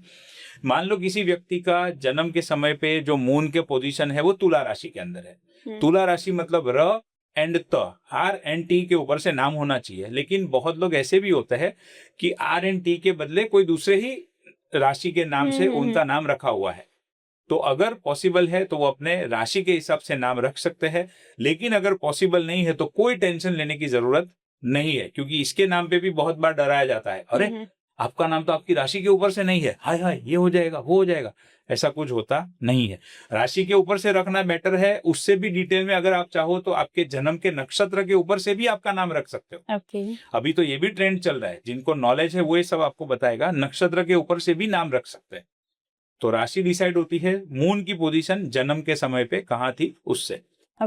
लेकिन एक और चीज है, जब भी कुंडली निकाला जाता है, मुझे जितना पता है मैं उसके अकॉर्डिंग आपको बताती हूँ। मेरा नाम निधि है, लेकिन मेरा जो एक राशि का नाम है वो अलग है। वो उस नाम से मुझे कोई नहीं बुलाता, और वो नाम ऐसे मतलब पब्लिकली नहीं है, तो वो नाम अलग है। वो एस्ट्रोलॉजर ही रहे होंगे, ज्योतिष जो भी थे वो, उनसे ही मेरे दादाजी ने निकलवाया, सबका ही कराया। तो हमारे जन्म के टाइम पे ही 1-2 दिन बाद वो कुंडली पूरा बन के आता है और उस टाइम पे है। तो वो फिर वो नाम क्या हो सकता है? जैसे कि मेरा नाम चंद्रमा है, मतलब मेरा नाम है चंद्रमा उस राशि के हिसाब से, तो मेरी राशि कौन सी होगी फिर? चंद्रमा आपका नाम है, अगर द च झ थ है, च के ऊपर से है, तो आपकी जन्म की राशि मीन राशि होगी। करेक्ट। अच्छा, मतलब आप मेरी टेस्ट ले रहे थे। नहीं, मतलब मैं भी आपको लीजिए बताती कोई दिक्कत नहीं है, कोई दिक्कत नहीं है, लेनी भी चाहिए। सामने वाला व्यक्ति कितना जेन्युइन है वो हमें पता चलना भी चाहिए। नहीं, मतलब खाली ऐसा नहीं कि आंख बंद करके किसी की बात के ऊपर ट्रस्ट कर ले। मुझे अच्छा लगा, गुड। उसमें मेरा नाम वो है चंद्रमा, और राशि भी लिखा हुआ है कि मीन राशि है। अभी जैसे मेरे जैसे बहुत सारे लोग होंगे जिनका राशि मीन है, ठीक है, बट जो मेरी लाइफ चल रही है वो सेम उनकी लाइफ नहीं होगी। तो ये जो यूट्यूब पे लोग प्रिडिक्ट करते हैं कि ये जुलाई महीना आपका ऐसे जाएगा, यहाँ तक प्रिडिक्ट कर देते हैं कि आपके बैक में थोड़ा पेन रहेगा, आपके बाल झड़ सकते हैं ये 2-3 महीने, मतलब इतना हद तक प्रिडिक्शन करते हो। और वो मैं किसी छोटे-मोटे एस्ट्रोलॉजर की बात नहीं कर रही हूँ। मैंने कल रात में ही वीडियो देखा है, मतलब मैं रिसर्च कर रही थी इसी पॉडकास्ट के लिए, तो मैंने देखा। तभी मैंने एक अच्छे बड़े लेवल के एस्ट्रोलॉजर हैं, उनका मैंने देखा कि वो मंथली डालते हैं वीडियोस कि मेष से लेकर के मीन तक की जो राशि होगी उनका ये मंथ कैसा बीतने वाला है। तो सारे जितने भी मीन राशि वाले हैं सबका सेम टाइप से बीतने वाला है जीवन। आपको क्या लगता है? आप एकदम सिंपल, आपको क्या लगता है? मुझे ऐसा नहीं लगता, मैं बिलीव नहीं करती। बराबर, बिलीव नहीं करते वो तो ठीक है, लेकिन सबका तो एक सरीका नहीं जाता। नहीं। आपने सुना है जुड़वा बच्चों का? जुड़वा बच्चों का भी जो जीवन है ना, 1 या 2 मिनट का उनका जन्म का फर्क होगा समय में, या ज्यादा से ज्यादा 5 मिनट, उससे ज्यादा नहीं होगा। तो 2-3-4 मिनट में जन्म लिया है वो दो व्यक्ति का भी लाइफ पूरा डिफरेंट हो सकता है। बिल्कुल। तो जब एक ही राशि, अब एक राशि को सिंपल लैंग्वेज में समझाऊं मैं आपको, 144 करोड़ लोग अगर हिंदुस्तान में है तो एक राशि के लिए 12 करोड़ लोग हो गए। अब जो एस्ट्रोलॉजर ये प्रिडिक्शन दे रहा है राशियों के हिसाब से, या चाहे महीना कैसा रहेगा, चाहे साल कैसा रहेगा, अभी जैसे महीना चेंज होगा आ जाएगा सब लोग का, साल चेंज होगा, धनु राशि वालों के लिए आने वाला समय ऐसा, कुंभ राशि वालों के लिए ऐसा, ये हो जाएगा, वो हो जाएगा। तो आप मुझे बताओ, 12 करोड़ लोग जब एक राशि में है तो कैसे 12 करोड़ लोगों का भविष्य एक सरीका हो सकता है, जबकि जुड़वा बच्चों का अलग है। बिल्कुल। तो ये बेवकूफ बनाने का धंधा है और कुछ नहीं है, इसके चक्कर में बिल्कुल भी नहीं पड़ना है। लेकिन क्या है ना, मैं आपको सच बताऊं, जो एस्ट्रोलॉजर है वो क्यों बनाते हैं उनको, देखिए हमारे इंडिया में ना फ्री की बहुत लोगों को लालच होती है। पैसा तो कुछ जा नहीं रहा है, अपना क्या फर्क पड़ रहा है, देखते रहो बैठे बैठे। तो न्यूज़पेपर में भी पहले के टाइम पे आता ही था ऐसा राशि भविष्य, और अभी ये सोशल मीडिया जब से बढ़ा है तब तो और हो गया है। खाली यूट्यूब नहीं, फेसबुक, इंस्टाग्राम, सब जगह पे ये चलता है। जैसे ही कोई ग्रह का राशि परिवर्तन होगा तो उसके ऊपर वीडियो लेकर आ जाएंगे, लेकिन एक्चुअली में ऐसा होता ही नहीं है। अब आपने बोला कि वो लोग क्यों बनाते हैं, उसका सबसे पहला रीजन क्या है कि उनको जेन्युइनली एस्ट्रोलॉजी का नॉलेज नहीं है। उनको जेन्युइनली एस्ट्रोलॉजी से पैसा नहीं कमाना है, उनको यूट्यूब से पैसा कमाना है। उनको सब्सक्राइबर से पैसा कमाना है, व्यूअरशिप चाहिए, लाइक्स चाहिए, ये सब चीजें चाहिए। और लोगों के फ्री में लाइक करने में तो क्या प्रॉब्लम है? अभी बोलो कि 1 रुपया लगेगा 1 लाइक का, तो फटाक से अटक जाएंगे सब लोग। तो वो लोग इस चक्कर में वीडियोस बनाते रहते हैं और अपनी ये जो भी उनका जो काम करना है वो करते रहते हैं, लेकिन रियलिटी पूरी अलग है। आप ही देखो ना, अभी जस्ट हमने बात की, राम एंड रावण दोनों की तुला राशि है। कहाँ राम भगवान और कहाँ रावण। वैसे रावण का चरित्र तो बहुत अच्छा था, उसका जो एक इंसिडेंस हुआ उसकी मतलब उसको साइड पे रख दो, लेकिन दोनों की लाइफ तो अलग ही थी। तो कहाँ दोनों का एक सरीका हुआ। तो ये राशि का जो प्रेडिक्शन है वो बेवकूफ बनाने के सिवा और कुछ नहीं है। और दूसरा, उसके अंदर मान लो गलत भी हुआ तो कौन पकड़ने वाला है? बिल्कुल, आपने उसको पैसा तो दिया नहीं है कि आप उसको पकड़ोगे, और वो भी बोलेगा मैंने थोड़ी बोला है देखने के लिए, आपने देखा, मैं क्या करूं। उसकी एक्यूरेसी कितनी होगी? 20-30%। और एक और इंटरेस्टिंग बात आपको बताता हूँ, एक्यूरेट प्रिडिक्शन के लिए जितना राशियों का यूज होता है उससे ज्यादा लग्न का यूज होता है। क्योंकि हमारी कुंडली में जो राशियों के प्रिडिक्शन होता है, राशि जो है वो डिसाइड होती है चंद्रमा की पोजीशन से। और मून एक राशि के अंदर 2.25 दिन तक रहता है। तो 2.25 दिन तक जितने बच्चों का जन्म हुआ उनकी राशि एक ही आएगी, लेकिन उनका भविष्य अलग होगा। और उसी के साथ साथ में अगर मैं लग्न के हिसाब से प्रिडिक्शन करता हूं तो लग्न हर 2 घंटे में चेंज होता है। तो उसका ही अंदर भी ये तो सेम चीज ही होगी कि 2 घंटे में जितने बच्चों का जन्म हुआ सेम भविष्य नहीं होगा। तो इस तरीके से मेहरबानी करके ऐसे कोई भी चक्कर में पड़ना नहीं है। मैंने कल रात स्टडी करते करते आपका यूट्यूब चैनल भी देखा, उस पे एक भी वीडियो, मतलब एक शायद था वीडियो ऐसे राशि वाले, तो वो आपने किस एक्सपेरिमेंट के लिए बनाया था मुझे बताइए। अच्छा, आपने वर्ड परफेक्ट यूज किया है, एक्सपेरिमेंट। जेन्युइनली मैं सोच रहा था, मैं देख रहा था कि ये लोग इतनी राशियों के ऊपर से प्रेडिक्शन वाले ये सब वीडियोस बनाते हैं, क्या पर्पस हो सकता है। अब मैंने देखा, मुझे लगा कि ये सब्सक्राइबर का ही चक्कर है और कुछ चक्कर नहीं है।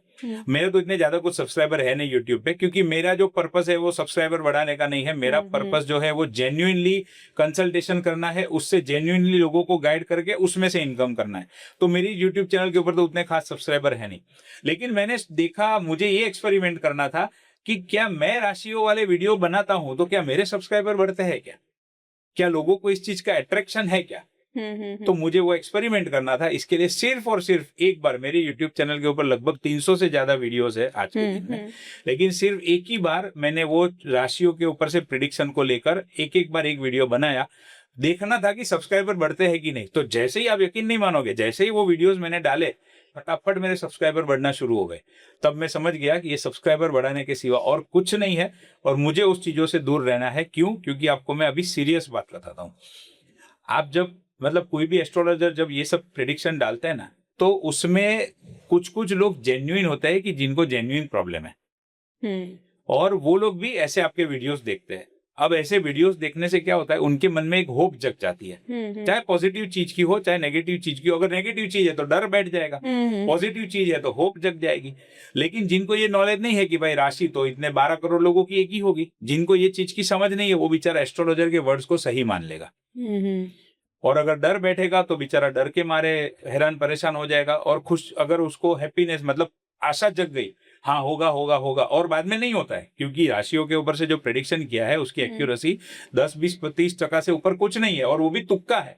बैठ गया तो बैठ गया, नहीं तो कुछ नहीं। 12 करोड़ लोग हैं, किसी ना किसी का तो हो ही जाएगा। किसी ना किसी का तो होना ही है, वो प्रोबेबिलिटी का गेम है, किसी ना किसी के ऊपर तो बैठेगा ही। सिंपल सी चीज है। अब जिसका डर बैठ गया है वो भी बेचारा परेशान हो जाएगा, और जो होप लेके बैठा है अल्टीमेटली नहीं हुआ तो भी बेचारा परेशान हो जाएगा। और मुझे किसी की फीलिंग के साथ में ऐसा खेलना नहीं है। मेरे सब्सक्राइबर नहीं बढ़ेंगे, मुझे कोई फर्क नहीं पड़ता है। और इसके लिए फिर वो एक ही बार एक्सपेरिमेंट मैंने किया, बाद में मैंने बंद कर दिया। अभी भी आप देखोगे मैंने बिल्कुल नहीं बनाया, चाहे तो बना सकता हूँ, लेकिन इसीलिए मैंने यूज किया ना कि एक्सपेरिमेंट था वो आपका। एग्जैक्टली एक्सपेरिमेंट था। और एक और चीज है, ये आप ऑडियंस से बताइए कि जो लोग ऐसे एस्ट्रोलॉजर्स को देख करके बहुत सारे रिलेशन में भी इफेक्ट आते होंगे इसकी वजह से, क्योंकि कई बार बोल देते हैं कि ये वृश्चिक राशि वाली लड़कियां ऐसी होती हैं या कुंभ राशि वाले लड़के ऐसे होते हैं। तो वो जो पार्टनर्स है ना, उनके मन में कहीं ना कहीं, अगर कोई एक बंदा जो सीरियसली एस्ट्रो को फॉलो कर रहा है, बहुत लोग ऐसे हैं कि बहुत, मतलब तहे दिल से उस चीज को फॉलो भी कर रहे हैं, उनको सीरियसली रिक्वायरमेंट भी है, जेन्युइन रिक्वायरमेंट भी है उनकी। तो फिर वो चीज ना अपने पार्टनर को लेकर के फिर उनके रिलेशनशिप में वो दरार का काम कर जाता है। तो इस चीज के लिए आप थोड़ा एक्सप्लेन करिए कैमरे की तरफ देख के ऑडियंस को कि ऐसी चीजों पे वो क्या रिएक्ट करे, कैसे इग्नोर करे, क्या करे वो। सिंपली ऐसे वीडियोस को आपको इग्नोर करना है। मेहरबानी करके आप ये सब चक्कर में मत पड़िए। कभी भी ऐसा कुछ नहीं होता है कि तुला राशि वाले के लिए ये राशि अच्छी और ये राशि खराब, क्योंकि राशि मतलब एक, जब भी अभी हमने बात की, एक राशि में 12 करोड़ लोग हैं, तो वो सब आपके लिए खराब है या आपके लिए नेगेटिव है, ऐसा बिल्कुल भी नहीं होता है। और सब आपके लिए पॉजिटिव है, ऐसा भी नहीं होता है। वो डिपेंड करता है कि दोनों की कुंडली का मैच मेकिंग कैसे हुआ है, और मैच मेकिंग भी एक पूरा डिटेल वाला सब्जेक्ट है। इन शॉर्ट में आपको ये कहूंगा कि ऐसा कुछ भी नहीं है कि ये राशि वाले के लिए ये अच्छा है और ये राशि के वाले के लिए ये बुरा है। ऐसा कुछ नहीं है। आपका जो भी लाइफ पार्टनर है, भगवान ने डिसाइड किया है, वो आपके लिए अच्छा ही है, तभी डिसाइड किया है। उसको पॉजिटिवली लीजिए और उसी तरीके से आपको आगे बढ़ना है। और किसी को अगर एस्ट्रोलॉजी या न्यूमरोलॉजी के फील्ड में अपना करियर बनाना है तो उनका ग्रोथ का रेट क्या है, सक्सेस रेट क्या है, वो बताइए। और कुछ अच्छा, क्योंकि आपके खुद के कोर्सेज हैं तो उसके बारे में भी थोड़ा डिटेल्स में बताइए। ओके, तो ग्रोथ और सक्सेस रेशियो तो डिपेंड करता है कुंडली के ऊपर। मैं जो भी मेरे पास सीखने आता है, मैं सबसे पहले उनकी कुंडली देखता हूँ। ओके। अगर वो व्यक्ति की कुंडली में एस्ट्रोलॉजी सीखने का योग है, एस्ट्रोलॉजी, वास्तु, न्यूमरोलॉजी, वो सीखने का योग है, पहले वो देखता हूँ। और सीखने के बाद में प्रोफेशनली करने का योग है कि नहीं, वो देखता हूँ। ओके। और मैं उनको पर्पस पूछता हूँ कि आपका ये सीखने का पर्पस क्या है। जो लोग मुझे बोलते हैं कि मैं तो हॉबी के लिए सीखना चाहता हूँ, मैं उनको 2 हाथ जोड़ के जय श्री कृष्ण नमो यंताणम ऐसा बोल देता हूँ। क्यों? क्योंकि वैसे लोगों का मेरे पास काम ही नहीं है, और मुझे जो हॉबी वाले हैं, टाइम पास के लिए सीख रहे हैं, मुझे उनको सिखाना भी नहीं है। मेरे उधर मुझे 8 ऐसे 15 20 25 50 स्टूडेंट की कोई लाइन लगानी नहीं है। मुझे सिर्फ उन्हीं लोगों को सिखाना है जिनको इसमें से जेन्युइनली आगे बढ़ना है, लोगों को अच्छे तरीके से गाइड करना है, और उसमें से मेहनत करके पैसे कमाना है। पैसे तो देखो मैं भी उसके लिए बैठा हूँ, आप भी उसके लिए बैठे हो, सबको कमाना तो वो है। तो व्यवहार अपनी जगह पे है। बिल्कुल। बट लोगों को गलत तरीके से गाइड करके, उल्टा सीधा भ्रम में डाल के, डर फैला के, ऐसे लोगों को मैं सिखाता ही नहीं। और मुझे कुंडली से पता चल जाता है। और ये व्यक्ति, अगर कोई व्यक्ति ने बोला मुझे सीरियसली सीखना है, तो भी मुझे पता चल जाता है कुंडली से कि ये बोल रहा है, लेकिन कुंडली में रियल में वो योग है कि नहीं। ओके। और इनको मैं जो भी नॉलेज दूंगा, क्या वो डाइजेस्ट कर पाएंगे, और डाइजेस्ट करके लोगों तक अच्छे से पहुंचा पाएंगे, मैं उन्हीं लोगों को सिखाता हूँ। मेरे पास कोई ज्यादा स्टूडेंट नहीं है, कोई ज्यादा लंबी लाइन लगती नहीं है, क्योंकि मैं सिलेक्ट ही ऐसे लोगों को करता हूँ ताकि कल को इसका कोई भी तरीके से मिसयूज ना हो। लेकिन जो सिलेक्ट हो गया कुंडली से हिसाब से और सारी चीजें देख के, उनके लिए यकीन मानिए बहुत बड़ा स्कोप है। बहुत मतलब बहुत बड़ा स्कोप है। अभी तो astrology, numerology and vastu just 3-4 साल से इतना लाइमलाइट में आया है। आने वाले सालों में बहुत इसकी डिमांड रहेगी, और उसमें बहुत अच्छा, बहुत बढ़िया ग्रोथ है। मेरे जो भी अलग अलग कोर्सेज है, एस्ट्रोलॉजी के है, वास्तु के है। एस्ट्रोलॉजी में भी Parashari astrology, KP astrology, vastu में दिशा वास्तु, देवता वास्तु, न्यूमरोलॉजी में भी बेसिक है, एडवांस है। सारी डिटेल्स मेरी वेबसाइट के ऊपर अवेलेबल है, और कोई चाहे तो मेरी टीम से भी कोऑर्डिनेट कर सकता है। मैं चाहूंगा यहाँ पर इसको रिस्ट्रिक्ट करके, और कुछ इंपॉर्टेंट इन्फॉर्मेशन है तो हम उनको दे सकते हैं। बिल्कुल। और एक लास्ट क्वेश्चन, 26 27 के लिए कोई ऐसा प्रेडिक्शन जो आपने किया हो अभी, स्टॉक मार्केट या कुछ भी इकोनॉमिक के रिलेटेड कुछ? राइट। तो स्टॉक मार्केट, रियल एस्टेट को लेकर मैंने मेरे यूट्यूब चैनल के ऊपर बहुत डिटेल में वीडियो डाला है। यहाँ पर मैं प्रिडिक्शन बता दूंगा, उसका लॉजिक समझना है, रीजन समझना है, तो मेरी चैनल से वो वीडियो डिटेल में देखा जा सकता है। सबसे पहला प्रिडिक्शन ये है कि 31 अक्टूबर 2026 के बाद में स्टॉक मार्केट बहुत बुरी तरीके से क्रैश होने वाला है।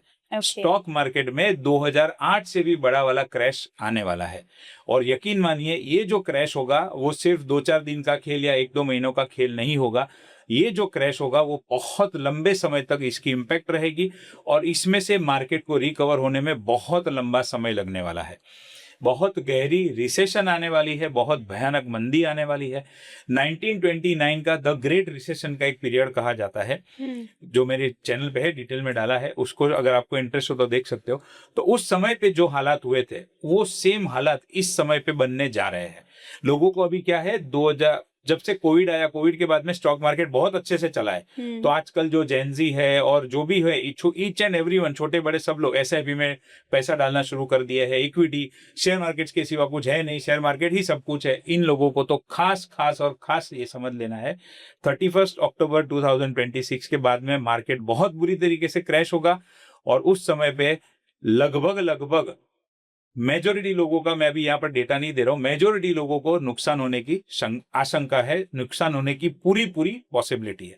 तो बहुत समझ के रहना है। रहा सवाल रियल एस्टेट का, अप्रैल 2027 के बाद में रियल एस्टेट का डाउनफॉल शुरू हो जाएगा, और उसकी मेजर इंपैक्ट जो है वो अप्रैल 2028 से लेकर लगभग अप्रैल 2030 तक रियल एस्टेट भी बहुत बुरी तरीके से डाउन होगा। कॉमर्शियल में ज्यादा रेट्स गिरेंगे, रेसिडेंशियल में कम गिरेंगे, लेकिन गिरेंगे तो उसमें भी। तो जो भी डेवलपर्स है, जो भी बिल्डर्स है, और जो भी खास करके रियल एस्टेट के इन्वेस्टर है, उनको भी बहुत संभाल के फूक के कदम रखना होगा। कोई भी बड़े कर्जे में ना फंसे, कोई भी बहुत बड़ी लोन के चक्कर में ना पड़े, और जिनको जेन्युइनली रिक्वायरमेंट है घर लेने की, और उनको घर लेना है तो घर लीजिए, लेकिन जितना हो सके उतना अपने पैसों से ज्यादा लीजिए, लोन के चक्कर में मत पड़िए। और अगर हो सके तो 2-3 साल निकाल दीजिए, उसके बाद में घर लीजिए, क्योंकि जब वो पीरियड जो मैंने बताया वो पीरियड आएगा तो रियल एस्टेट के 15-20% आपको कम रेट में प्रॉपर्टीज मिल जाएगी, अच्छी प्रॉपर्टी मिल जाएगी, तो आपका रहने का भी काम हो जाएगा, और उसका ग्रोथ भी आपको अच्छा मिलेगा। ओके, मीन्स कि लेने वाले लोग ले सकते हैं। हाँ, जेन्युइन रहने की रिक्वायरमेंट है वो लेंगे। अभी क्या करेंगे, चॉइस नहीं है ना। घर में लड़का बड़ा हो गया, उसकी शादी करनी है, अब शादी नहीं, अभी सिचुएशन ऐसी है कि अभी घर छोटा होगा तो लड़की नहीं आएगी, तो घर तो बड़ा लेना ही पड़ेगा। तो उसको तो जेन्युइन रिक्वायरमेंट है, उसमें क्या है, उसको बेचना नहीं है ना। ओके, मीन्स जो रहने के लिए ले रहे हैं उनके लिए बेनिफिट होने वाला है कि अब उनके पास चॉइस नहीं है, इसके लिए वो लोग भले ले, लेकिन लोन के चक्कर में ना पड़े। ओके, जितना हो सके उतना सेल्फ फाइनेंस से ले, और अगर पॉसिबल है तो अवॉइड करें। ये जो 2030 तक का समय है, खाली भारत के लिए नहीं, खाली रियल एस्टेट के लिए नहीं, ऑल ओवर वर्ल्ड के लिए बहुत बुरा और बहुत खराब समय होने वाला है। ग्रेट रिसेशन और बहुत जगह पे रियल एस्टेट के दाम भी गिरने वाले हैं। तो ये हो सके तो ये समय निकाल दीजिए, उसके बाद में करिए। या आपके पास अभी कैश ऑन हैंड है, मतलब अभी पैसा है, तो आप संभाल के रखिए। जब ये रेट गिरेंगे ना, तब आप लेंगे तो बहुत अच्छा बेनिफिट होगा उसका। Okay, yes. आपसे बात करने के लिए तो और भी 50 क्वेश्चंस आ रहे हैं मेरे मन में, बट टाइम के कमी के कारण हम वो किसी और टाइम पे करेंगे इस चीज को वापस। डेफिनेटली। बट आपसे बात करके बहुत अच्छा लगा, बहुत जेन्युइन लगा, सीरियसली लगा, सब कुछ अच्छा लगा, और लोगों ऑडियंस को भी अच्छा ही लगा। Thank you so much. And मुझे भी बहुत अच्छा लगा आपके साथ में यहाँ पर आपने बुलाया, और हमने जो कॉन्वर्सेशन किया वो मुझे भी बहुत अच्छा लगा। Thank you so much. Thank you so much sir, thank you.